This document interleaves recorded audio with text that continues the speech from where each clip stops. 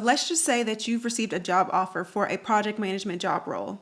Do you know how to evaluate the offer? Do you know how to negotiate better terms? Or do you even know what to do to set yourself up for success for day one? So if your answer was no, then that's okay, because I'm going to share a few tips so that you can confidently step into your next project management job role. First, let's just start with understanding the job offer. So I know initially we all just focus on the salary and how much money we're all making, right? Because it is very important. But it's also just important to understand the full gamut of that offer, right? The full scope of that offer, because essentially you need to know what you're signing yourself up for. Typically, job descriptions are packed with a lot of industry terms like agile, cross-functional teams, Scrum. But what does that really mean for you? It's really important that you use this time to clarify and understand what you're getting yourself into. Before you accept the offer, make sure that you really understand the size of the team that you're going to be managing. Make sure that you understand which project management methodology you're going to be expected to use while you're working there. You should have a good idea of what tools you're going to be using while you're working there as well. Not all organizations use the same project management tools. Some may use Google Smartsheet. Some may use Microsoft Project. Some may use Asana. Each organization may be different, so it's just really important to understand what project management tools that they use. Because if you step into this role and you're expected to know how to use the main tool that they rely on, then that's going to be problematic for you, because once you step into the job role, you've accepted the offer. From day one, they're going to be expecting you to be able to hit the ground running. And then also, before you accept the job offer, it's important to really ask yourself, does this specific job align with my long-term career goals? Let's just say that you want to specialize and learn more about agile project management. If the job primarily focuses on waterfall and they don't use any type of agile project management methodologies at all, then this particular job may not help position you to get to where you're trying to go in the long term or in the future. And I know we're really in a tough job market, so this type of question may not be a top priority for many people. Some people are just trying to get their foot in the door. This type of question may not be most important to you at that time, but this is just to give people something to think about. During the job interview stage, don't be afraid to ask questions like, what does success look like in this role? Or you can ask them, how are projects currently being managed here? So these types of questions really just help to show that you're serious, but you're also really trying to make an informed decision when it comes to whether this job is the right fit for you. It's really important to gauge whether the company's expectations match your own expectations. Okay, so now let's just talk about money, because we all want to get paid what we're worth, right? So before you jump into negotiations, you need to make sure that you know what the market rate is for project management professionals, or whatever your job title is going to be. It's important to know what that market rate is for that industry in your specific location. In one of my previous videos, I completely dissected the data that's collected by the Project Management Institute on median and average salaries for project management professionals based on their industry and the countries that they're located. So if you have not seen that video, make sure that you go back and watch that so that you can be informed on what salaries to expect. So when you start to do research on market rates so that you can really know what to expect, it's important to pull realistic data. So make sure that you use the information that's put out by the Project Management Institute. Make sure that you use information either from Glassdoor or any reputable sites. Now, beyond salary, benefits are just as important. So now, if you decide that you want to go back and maybe negotiate better benefits, you can start thinking about things like, is the company willing to cover you if you decide that you want to go to a conference, or if you want to pursue, further certifications? Or maybe part of your benefits is just your work schedule. Maybe you can see if you can advocate for 1 or 2 days where you can work from home, or to where you can have more of a hybrid role rather than just going in the office 5 days a week, if your company or if your job allows for that. I know with the wave of return to office, this may be more difficult, but once you receive a job offer and you're in the negotiation stage, it doesn't hurt to at least ask. All they can say is no. Also, you want to make sure the basic things like health insurance, dental insurance, all of those things are included,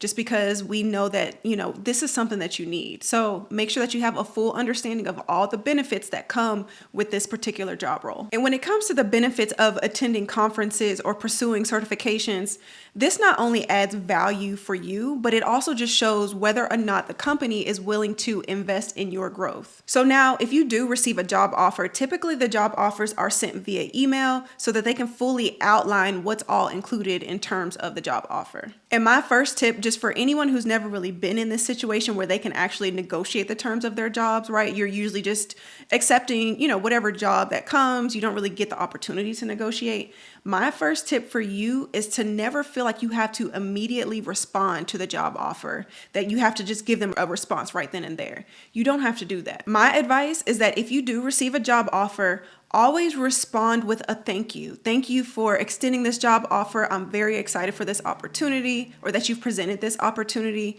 But don't be afraid to ask them for 1 day or even 2 days to get back to them on your decision. Because at this point, the ball is in your court. They've gone through 3 to 4 interviews with you. They know that you're the person that they want. So don't feel like you have to rush into the decision, right? Feel free to take a day or two to think about the terms of that job offer just to make sure that it's the right fit for you. All right, so when you're ready to negotiate and you're ready to respond to the job offer with different terms to the job offer agreement, right? Here's what you can say. Dear, and then you can put their name. You can say, thank you so much for extending the job offer for, and then you can fill in the position at whatever the company's name is.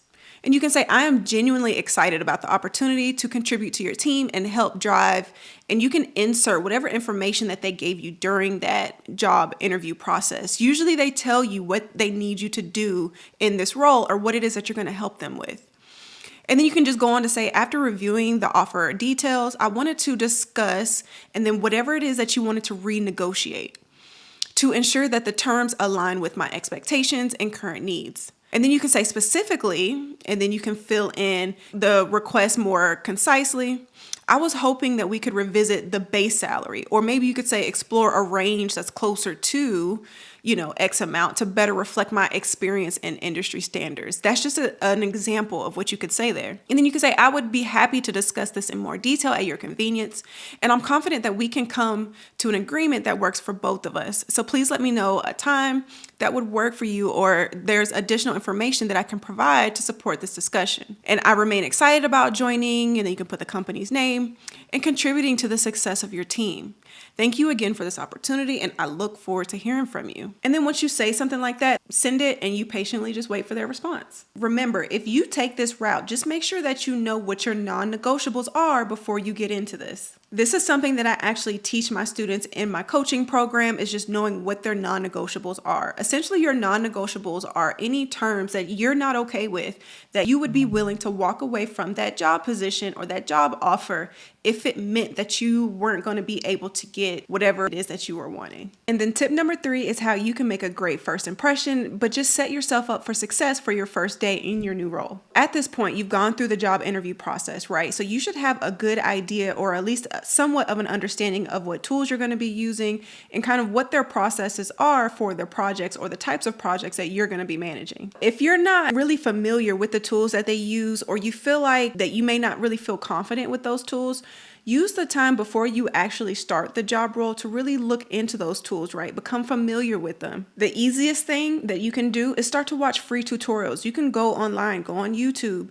and watch videos of people and how they use these tools to manage their projects. Now, you can use YouTube, or if you don't mind paying a few dollars to even take more of an in-depth tutorial of the different tools, you can go on sites like Udemy, where you can actually search the name of their project management tool, and you can get a full course on how to use that tool, so that you just feel more confident going into your job and knowing that you're going to be managing a project with that particular tool. Depending on when you go on the Udemy website, you can usually find courses for $25 or less.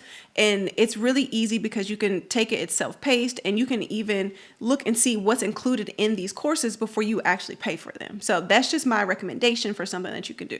And hopefully during your interviews, you actually took time to take notes so that as you heard things come either from the hiring manager or just people that you're going to be working with, you have a better idea beyond the job description of actually what's going to come and what you're going to be responsible for. So this is the time when you can go back, make sure that you review all of this information, and then just have a good general understanding before starting your first day. And then another thing that you can do and that I recommend is prepare to introduce yourself. I think by now we all know that once you start a new job, you can at least expect to introduce yourself at least 3 times, probably in the first week, if not the first couple of days. When you start to make a good first impression, it really just helps you to start building that rapport with your new team. So when it comes to doing introductions, if this is something that makes you nervous or just uncomfortable, you can actually take time before you start your new job to know what you're going to say when it's time to introduce yourself to your new team or maybe, various stakeholders. And if you need to, and you don't have to tell people that you're doing this, but you can practice what you're going to say. You can write it down so that you just know what to say and you just don't sound nervous or uncomfortable when it comes time to actually talk about yourself and introduce yourself to your new team. But just remember, your first day or even your first 30 to 60 days is really just all about learning, but then also just building relationships with your new team members or with new stakeholders. And my biggest advice is do not pressure yourself to know every single thing your first day. You're new. You get a pass just to ask questions, right? Because everything's going to be new to you. Even if you're an experienced project manager, but you're stepping into a new role with a new company, right?